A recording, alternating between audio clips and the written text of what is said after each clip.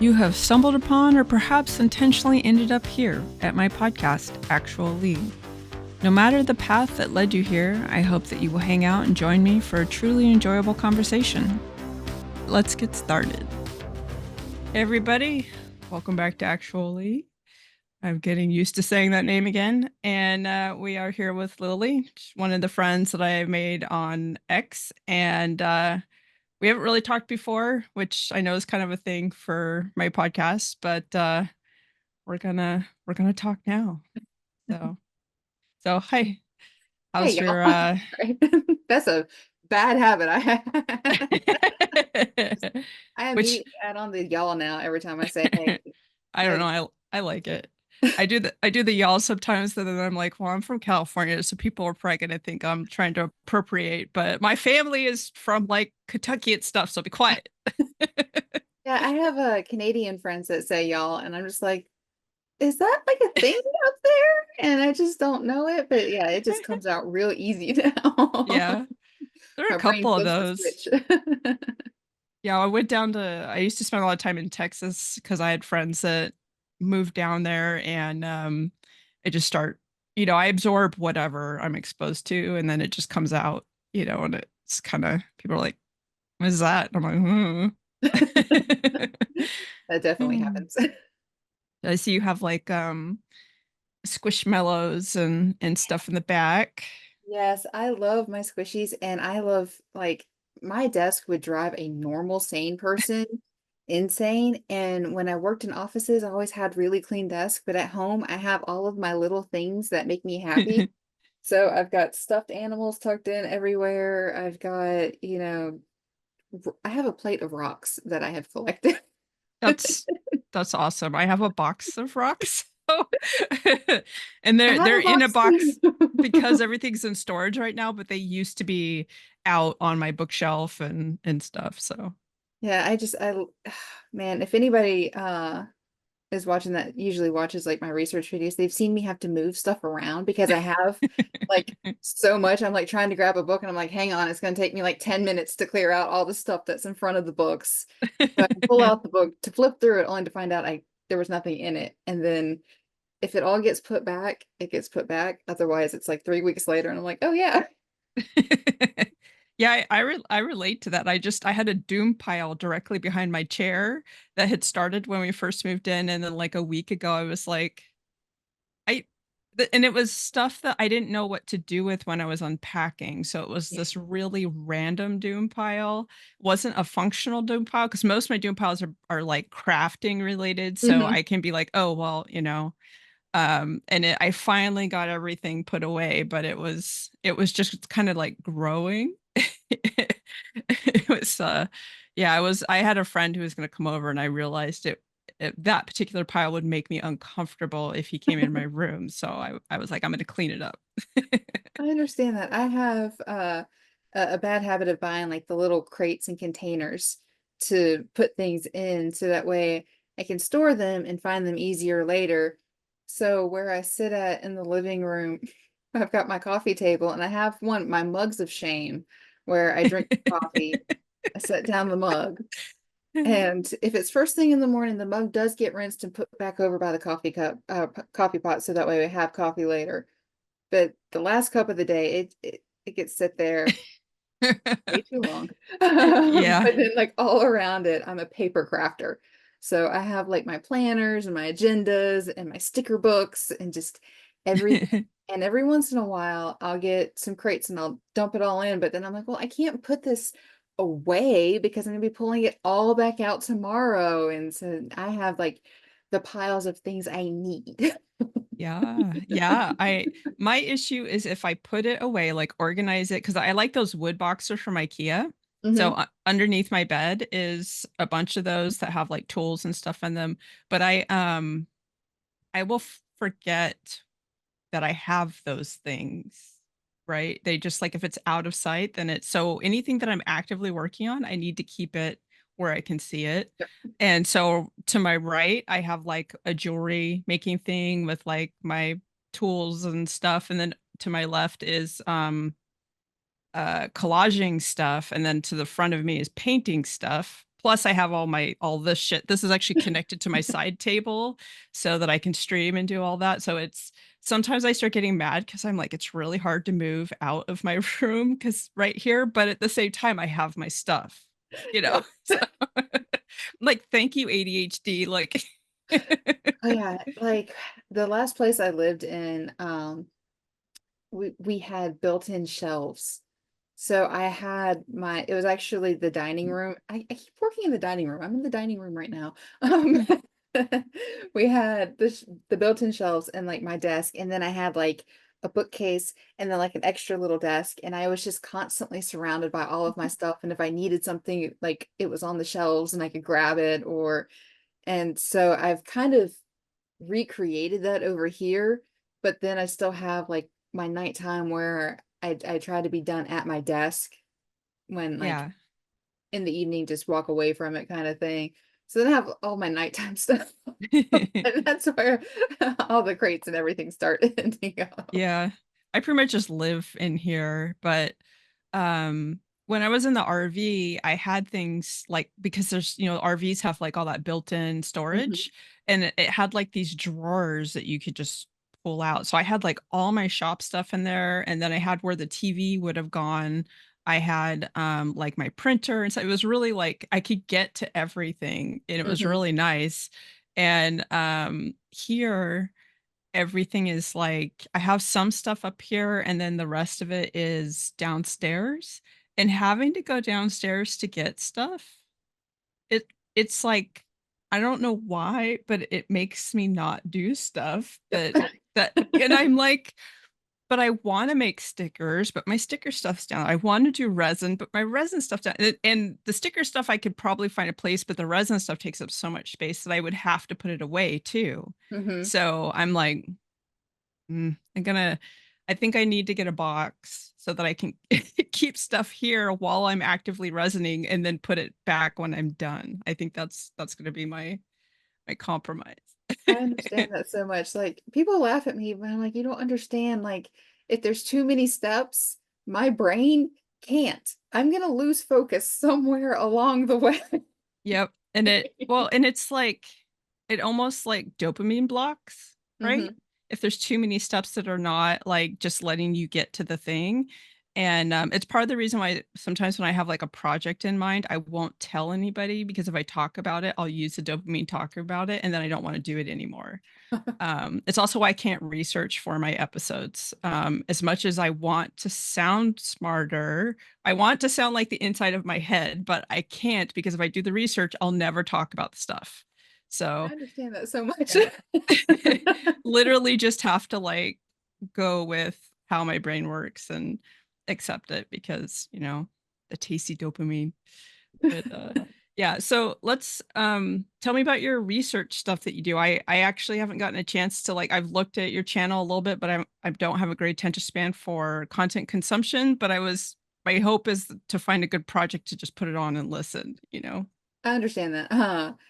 I I always feel a bit embarrassed, like admitting what it is I research. But I'm trying to research like ghosts and urban legends and American mythology to see what's real and what's not real, like what we can prove, with the hopes of one day either actually proving or disproving, like, are ghosts real? Is Bigfoot real? Yeah. Is one of the many American Nessies real? Yeah. And it sounds crazy to like normal people, but it's fun for me. And it's one of those things that, we have a lot of every town has the person who was buried alive and their ghost, told somebody that they were buried alive kind of thing.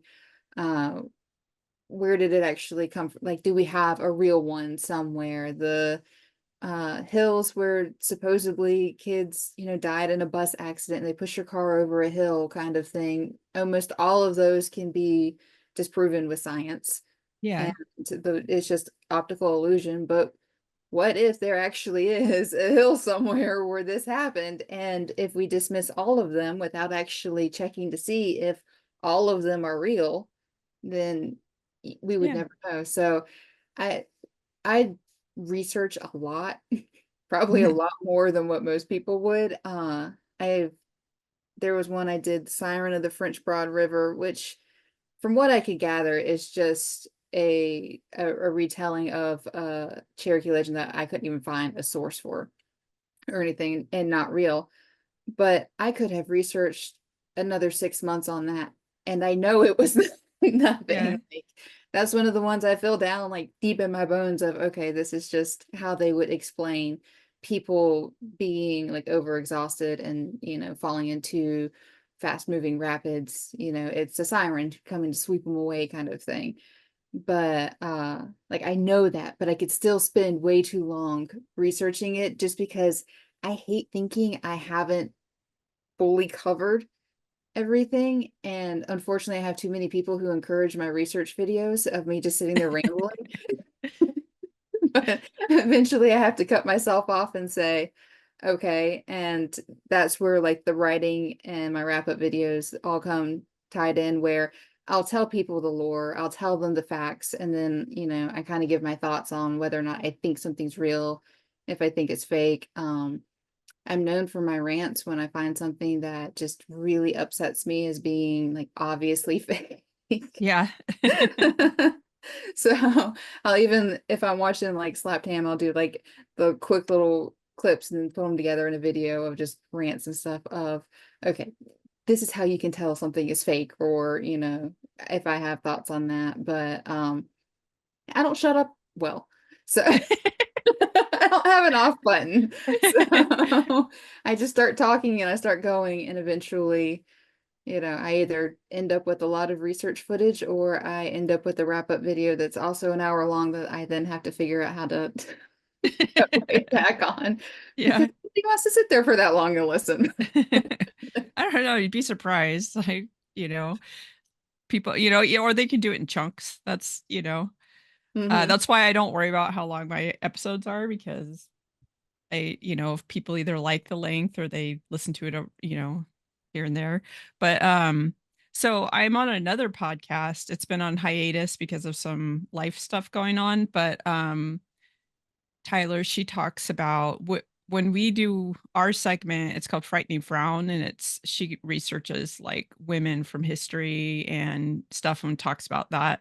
And sometimes it's like scary women, and sometimes it's like cool, nerdy women. But the other segment that she does is all about cryptids and stuff like that, and kind of talking about just these different lores. And I'm not like I'm not into that stuff, and like I don't believe in most of that stuff, but I think that the history of it and this tendency for it to be very interesting, and that like all of those stories come from somewhere, and that's where my curiosity comes into play with it. Is like she'll be talking about this story, and a lot of times it's kind of contagious, where you can tell that like it got picked up, and then there's other areas that have ended up with the same kind of story.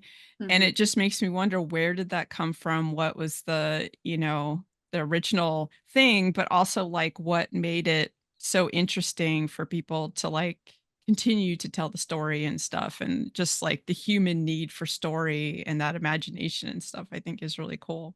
Yeah, it's even kind of like the whole floor's lava game. It's like we all knew it as kids, but we didn't have the internet, or anything like that. How did we all know the floor is lava like Yeah. everywhere in the world?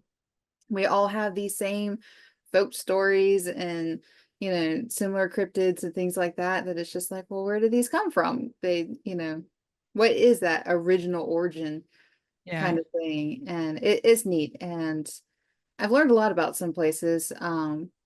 And I mean, every single place I've looked into, I have like a little tag in my notebook of go back to this place. Every single place I've been to, I'm like, oh, I need to go back because I need to look into this. And I'm just like, I'm never going to get moving ahead if Yeah. I keep circling back around. But, I just always constantly have the questions of, well, why do we have multiple versions of this one story back from before stories really, like, again, we didn't have the internet. to quickly pass stories along. So how does everybody from the 50s have, a serial killer in their town who went after teens at Lover's Lane before that was like a pop culture thing? Yeah. It's like, how does this happen? And where did it all come from? Because one of them has to be real. Right. Yeah, the whole like or was it like parents trying to put the fear into kids to get them to stop doing that? Stop getting pregnant. Exactly. Yeah, it's fat like this and the stories that go even further back, like it's it's interesting like how quickly information can pass even without, you know, the all the technology because I mean there's like the telegram and stuff back in the day also kind of sped things up but like before that I had this book I don't remember what it's called but it was stories from like Native American stories and sharing like their different sort of like local lores and like explanations for different things and it was really interesting and it was cool to see like the differences but as well as some of the overlaps and stuff and it's cool. Yeah, it even kind of reminds me of, I grew up in the church. So like there was the story of Noah's Ark, but then I want to say there was, I think either Chinese or possibly Japanese, but it was Asian, I know for sure, of somebody coming out of the water and throwing stones like over their shoulders to create like post flood more life on Earth kind of thing. It's just like it's interesting that there's a flood story, and like one family surviving and having to repopulate and everything, which is just weird to think about. In far enough locations, and that's not to say either one of them are real, but it's just like, well, where did that even originate from? Right. A very small area, I could even with the Stones one, I could be very confused as to the location, but it's definitely a story that stuck in my head. I remember uh seeing like illustrations of a couple throwing stones over their shoulders. Um, but it's just one of those things that always just kind of makes you go, huh, why do multiple places have the same, you know, flood story, Yeah. essentially? It's just interesting. Yeah. And it makes you wonder like because there probably was flooding but like what kind of flooding was it that made them think like end of the world recreation stuff that they continued talking about it for generations after it had happened and you Yeah. know And I mean, yeah and how big was the world at that point in time to them? Was it, like I remember when Florence came through here in 2018, there was a lot of flooding. That felt like end of the world flooding, and it definitely felt like it rained for 40 days and 40 nights. yeah It was only like 2 weeks, but it felt a lot longer. um, it's one of those things where if you didn't have like the roads and the ability to travel out really far, how far was it? Was it just a few miles or a few counties or you know much bigger? But yeah. yeah definitely yeah because for a lot of people the except for the people that were super curious and like trying to figure out the maths for a lot of people the world was very small Yeah. and yeah we've kind of the internet's broken that but I think people still struggle to get their heads around it. But yeah, God, this last winter we had like so much rain that it was literally like it would just rain for a week. We'd get like 2 days break and then it would just, it was crazy and trees were falling over and the flooding that I remember from my childhood because it used to flood a lot during the winters was happening and it was like I was like, "Oh, it's been a while since we've had this kind of infrastructure impact from the rain." But it was also like where I'm at now because I was staying in the RV, which is where the area I grew up in, and now I'm closer to San Francisco, and this area is not used to that, and they were getting it as well, so there was a lot more sort of destructive impact. But it's definitely nice when it stopped raining.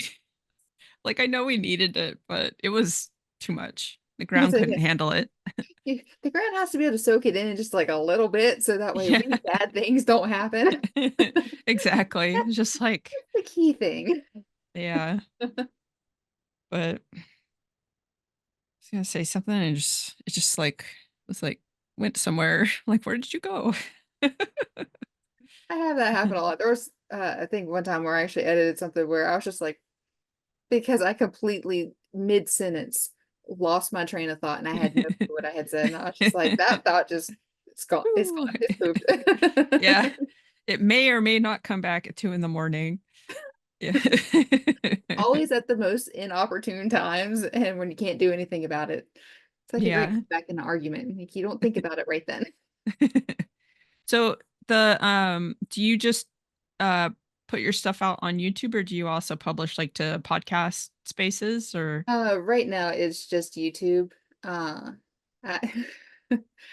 I have like I didn't quite mean to like grow in the way that I did, like as fast as I did. I thought I was honestly going to be doing more of writing and then eventually a podcast after I had things written that, I could just basically put in audio form. And I had a friend who I had mentioned just in passing on Facebook about how people would probably laugh at some of like my facial expressions or the things I say while researching because it's just, I'm sitting here by myself and I'm yeah. reading really weird things on the internet. And it's just like, oh, wow.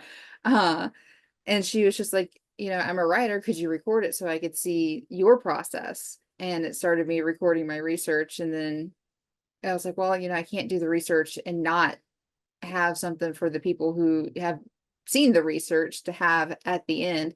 So then I started doing the videos and I was like, all right, screw it. I'm not going to worry about the podcast because it just, it's a lot. And I do my best. Like I always, I have recently realized I cannot say yes to everything. And I have a lot of people asking me to do like a lot of things. And it's like if one person asks, depending on the person, I'll either say yeah, or we'll just kind of think about it. But if like two people ask me to do something, I'm like, oh well, I don't want to disappoint two people. So let me do this.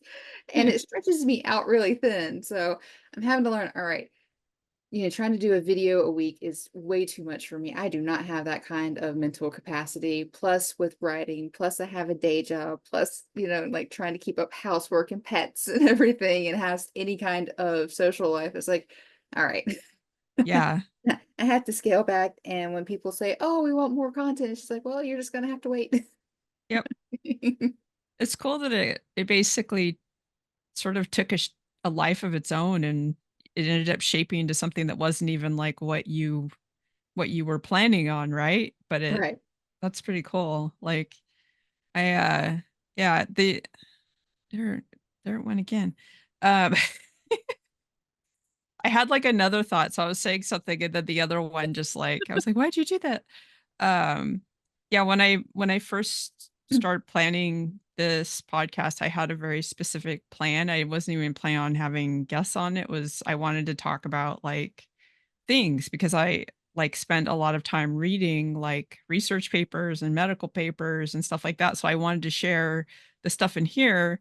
But like as I started recording, it was like that is not what my brain wanted to share. Like every now and again, and what I realized is it's that I needed like I need a trigger to info dump. I can't just info dump on Yeah. command. So if I'm talking to somebody and they say something, then I can info dump that information. Um, but it's just kind of like evolved into this other thing where I get to talk to people and stuff, and I never really expected that, so it's cool. And yeah, the I don't work, my body is my full-time job dealing with my health, but I cheat if I record a 2-hour episode, I just split it into 2. Like, so Hey. that way I can spread it out. Because I never know, like, sometimes I feel well enough I can record weekly, and then sometimes I don't, so I just always make sure I have stuff by doing that, and I would love to be able to just put everything out there and not have to edit it down, but, I'm glad that I have the option, so I Yeah. don't have to do as much. I understand that because when I was doing my research on Twitch for a little bit, but me and Twitch don't get along in the sense of I don't like random people coming in and interrupting me and being very crass. I have manners. Yeah. They tested them a lot, even with mods. Um, but also too, just always having to be on like a schedule kind of thing, like they like, so people know when to tune in and everything. That was really just not my thing, but it was nice because I could uh as soon as I got done streaming, immediately upload it to YouTube. And it's like, haha, I have content that I don't have to Yeah. worry about. Like it's done. It's like, well, now I need to be, I have it set up again and trying to record things and making them a little bit nicer. So I feel like I always feel bad whenever like people just see my stuff and I'm like sitting here just nothing around other than my insane clutter and just talking, at the camera, like while I'm looking at the screen. It's like, well, you guys should at least be able to see my screen. Like you could do that when I was streaming, and I got to get the ratios right. So now you have a little background. Occasionally I need to drop in notes. So now I do that. It's just like, oh Yeah. my goodness, it takes me so long. Editing is so like time consuming. The podcasts are not too bad for me because I don't worry about fixing things for the most part. But doing since I started doing the Twitch streams, I go in and I clip out like funny moments to put on YouTube.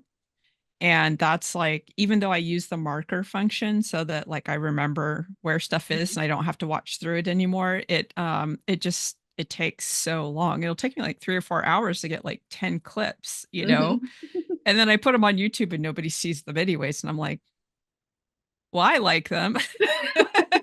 like I've rewatched my sneezing clip yesterday and laughed at it. So you know.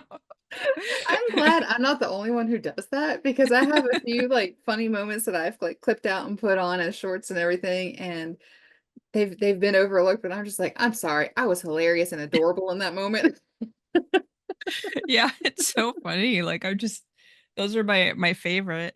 I guess I've been lucky that there's like this experience that people have on the internet, like Twitch, they have like brass people coming in and like on X and Instagram, people get like D pics and rude stuff like that. I've never none of it at all.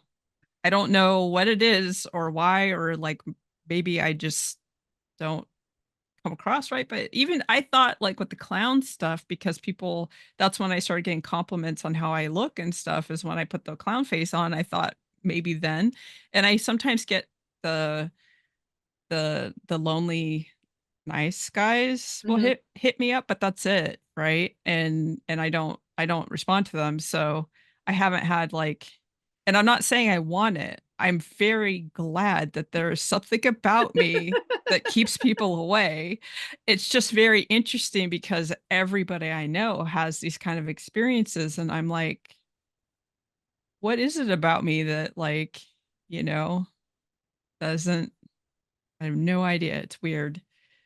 My problem is I don't understand what, compels guys to be that way. And I mean, women too. I've seen some of the messages that some of my guy friends have gotten from women. Ladies, do not be like women. Like, I mean, we're whew, Yeah. like I have seen some things that put the the men messages to shame. That is not in any way for anybody to step it up. You all need to tone it down. Right. It's just like I don't understand what compels people to do that kind of thing. And I, it's actually one of the things that really annoys me with my lore stuff. If something gets sexualized, I get like very angry because that's not what I'm here for, and Yeah. it's not what I'm doing. And people are just like, well, it's just gonna happen. I'm like, It doesn't have to happen. No, Like, it if I doesn't. was a dude, this wouldn't be happening." Right? Like, Yeah, there's definitely like that stuff. I don't mind like sexualization when that's the context and the right. intent, right? But I don't like if it's totally out of the blue, I'm just like, like what the hell? Like Hmm. it's just weird. It's like I don't know, I don't get it. It's I joined this app. I don't remember the name of it anymore. That's how great it was. Because my friend was like, "Oh, it's a great way to make money. You just live stream while you're doing stuff." Well, she didn't mention that like when she live streams while she's doing stuff, she does it like scantily clad. Mm. that this is like one of those sites that it didn't start out as a sexual site, but it turned into that. So I was just like crafting and had people coming in and calling me mommy and telling me things about their exploits that didn't sound like they sounded like they probably haven't had any exploits yet based on what they were saying. And I was like, I, I don't think I belong here. I don't, This is not and the like, content I want to provide. yeah, I'm just gonna delete my account now because this is not. I'm not comfortable. Yeah, that's one thing that it sucks. Like, I'm one of these people, I blush easily, especially like around friends and everything.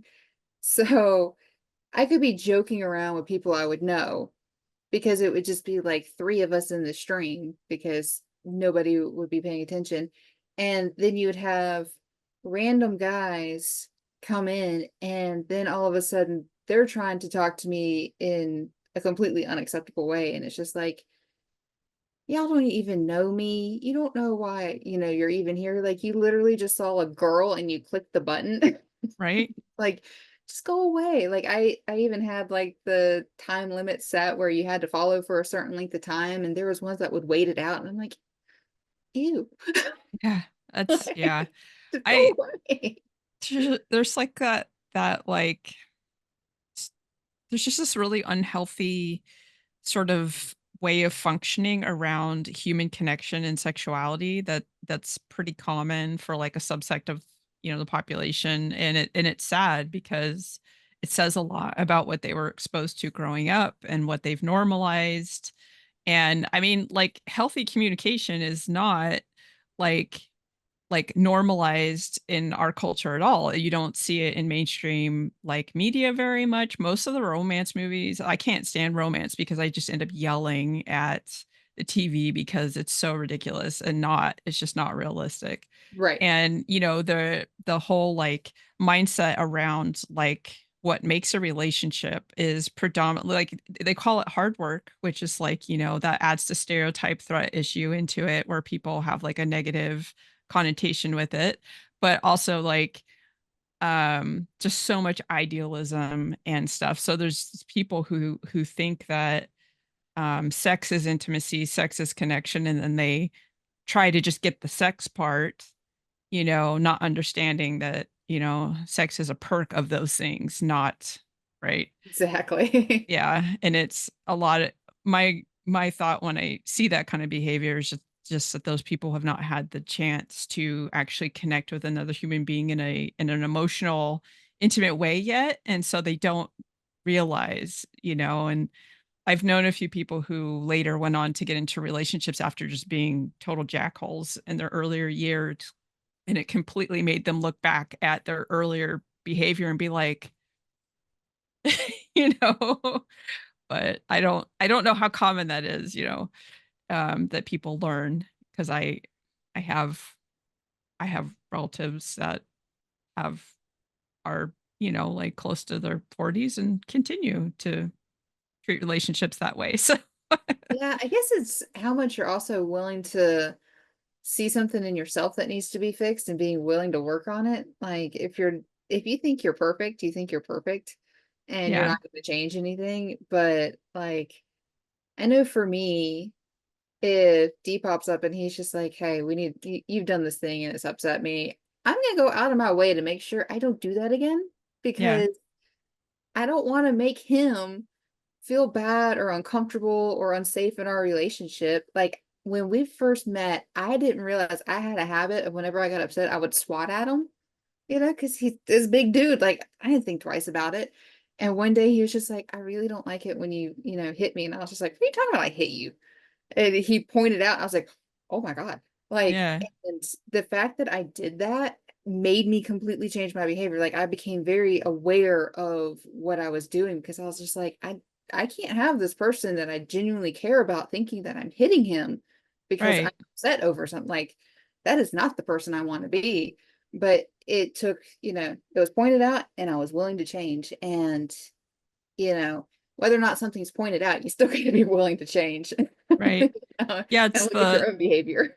I think that's like one of the benefits of being in a relationship, a romantic or a good friendship or whatever, is that you have that mirror, right? That you can, as long as people are honest, you can get that feedback. And, it's like not everything is going to be like, oh, I'm just going to stop doing that. Sometimes it's a compromise, or sometimes it's finding like sort of an understanding about why it's happening that makes it easier to accept it or whatever. But ultimately, it's like getting that feedback that you literally just don't get if you're just by yourself, Right. and or if you're with people who think the same way that you do, like certain toxic behavior is normal, everybody just keeps repeating it, and that kind of thing. Yeah, when I was younger, I used to just seek out people that were as different from me and the environment I grew up in it as I possibly could, just because I wanted to like learn new behaviors and new ways of looking at the world around me. And I feel like when my son was born, that made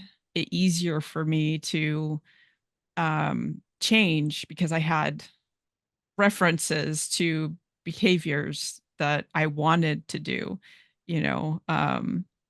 'Cause yeah, when he was born, it, like, flipped a switch. I was like, the first time I did something and it sounded like my mom, I was like, we are not doing that again." Like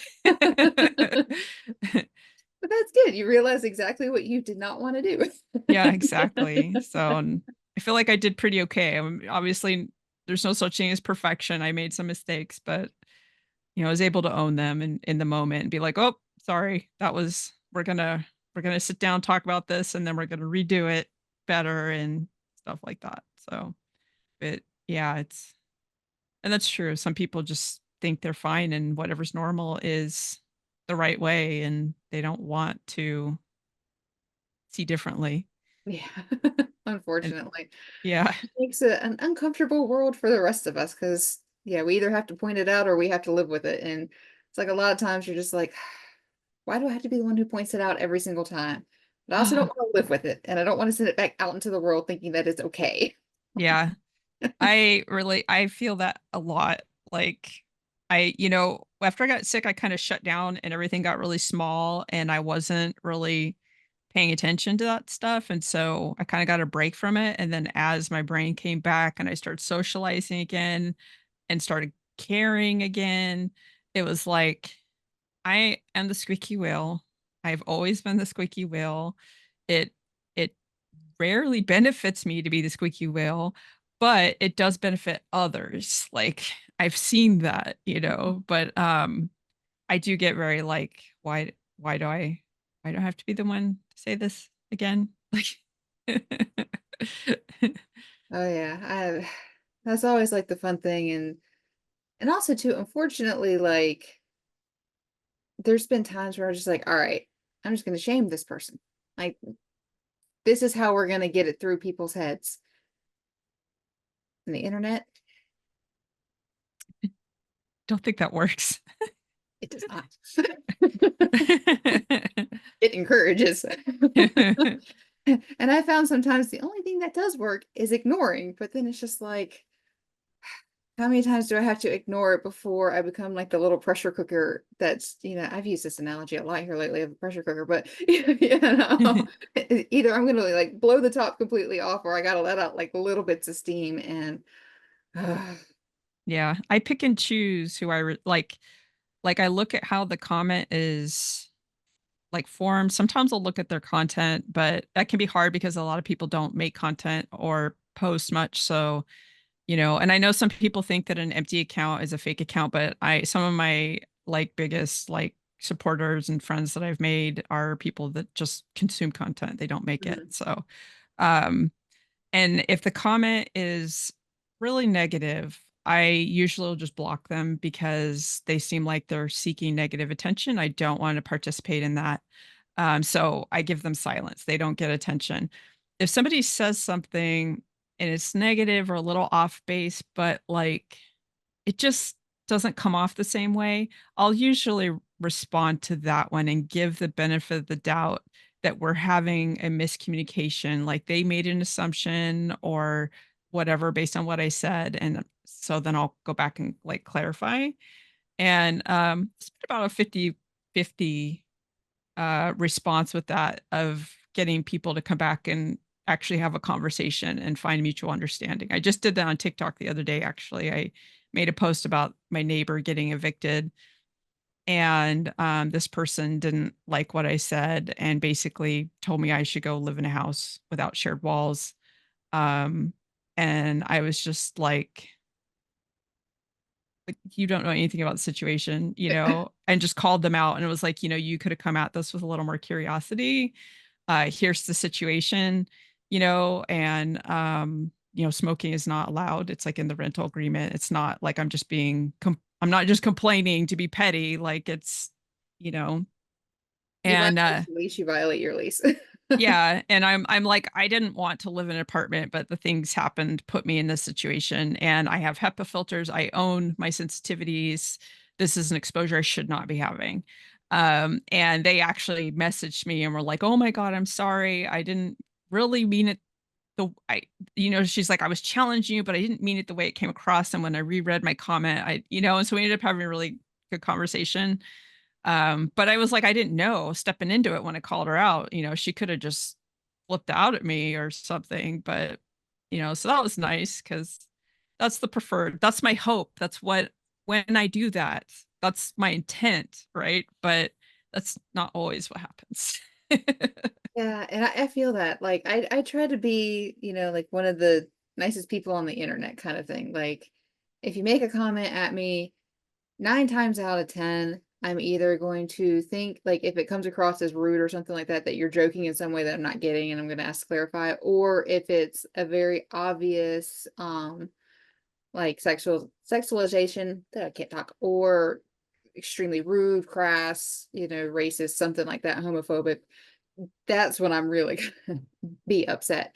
Mhm. Um, and sometimes I respond, sometimes I just straight up block. And you know me too. I'll even say, I'm not going to tolerate this. And I will shut comments down on things because I'm not only not going to tolerate it, I'm not going to have a conversation about it. Like, Right. this is my this is my boundary. I have said that we're not going to go here and you went here. Yeah. Which seems to work pretty well. Like people seem to understand that if I'm shutting off comments, it's because I'm very angry, upset, we're not having this conversation. This is just my boundary.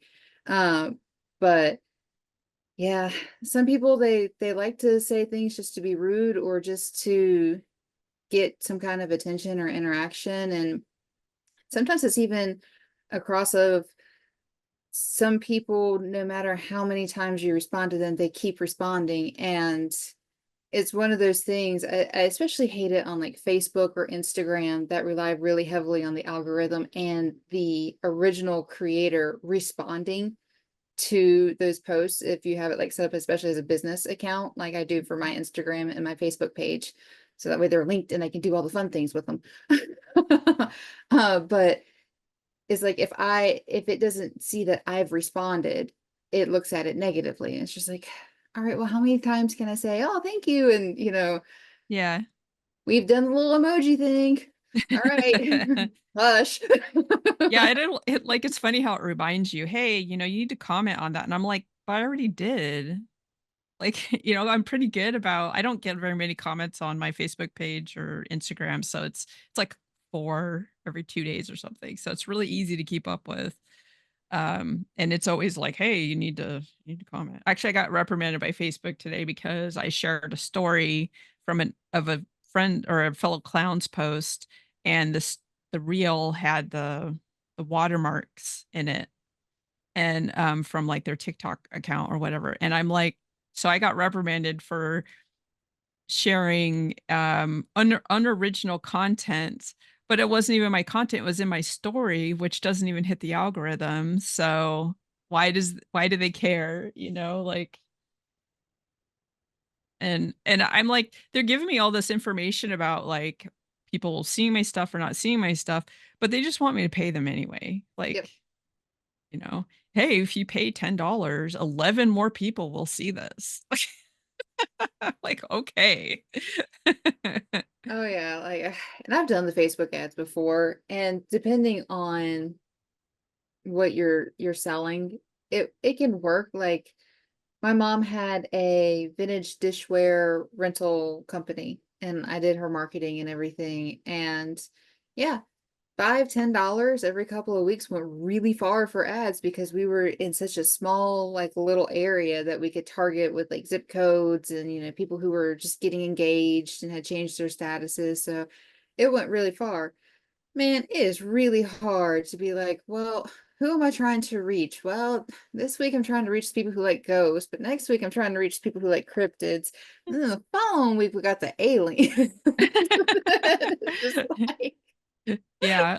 I wouldn't like, okay, it's like clown content, puppets, jewelry, painting, resin, like, so I don't think I do ads on Etsy because it's the only way my stuff gets seen, mhm. but I wouldn't really promote anywhere else. I don't think it just because my stuff's so random. I don't, if I highlight one thing and that's what the person wants and they come in and there's all this other stuff, they're like, Yeah. yeah, Yeah, I understand that.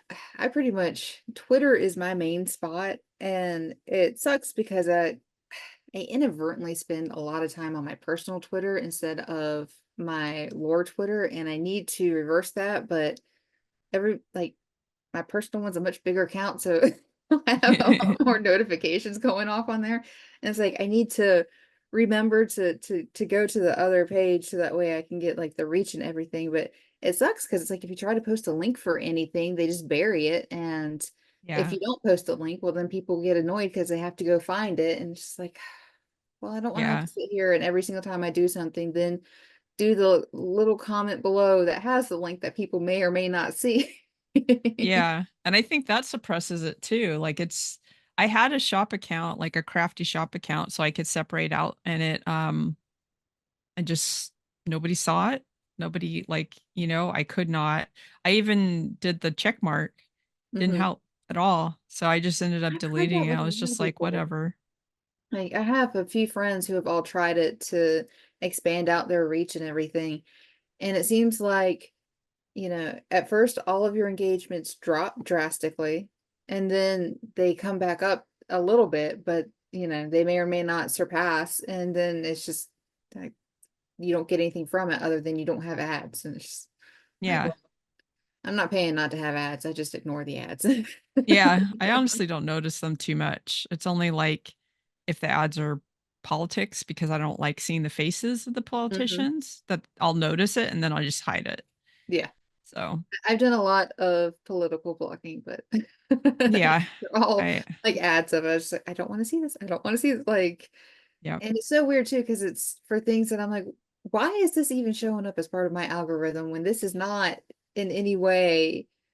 But Yeah. The only political whatever that I was intrigued by was that somebody that's running for mayor for the city I'm in followed me. And I was like, okay, well, I'm not following you back, but I'm like, unless you're gonna do something about the fucking fireworks. yeah, I think I don't even think I have anybody. I might have like one or two people local who follow me, but for the most part, like I have people within my state that follow me, but nobody important, and I'm kind of happy with that. Yeah, that's my Twitter account is like, I have one friend that's I know from Twitter, and she does have, or not from Twitter, from TikTok, but she lives in the area. We've had dinner once together. And she kind of supports me like everywhere, and I'm comfortable with her seeing all my stuff. But otherwise, like I don't, there's really no social overlap there. And it's nice because I can kind of just I think that's why I started my Twitter account to like promote stuff. And then it kind of turned into this thing where I'm just kind of sharing stuff. So I'm promoting, but in a humanizing way. And it's just been kind of it didn't that's not what I was that was not my plan, but that's what it turned into. But I mean, like, my my creative chaos is what I call everything that I do. I am very much intertwined in all of it. Like, I'm a very authentic person. I don't know how to decouple me from that stuff. And I think that like that's part of why I have a hard time kind of getting the promotion aspect right is because I'm not good at not being a person. So, um, but I think it's sort of complimentary to like my Patreon and stuff like that. So I'm like, okay, cool. Thank you for listening. Join me next week for the continuation of this conversation. Want to support my creative chaos and get access to exclusive content? Check out my Patreon. Have a great week.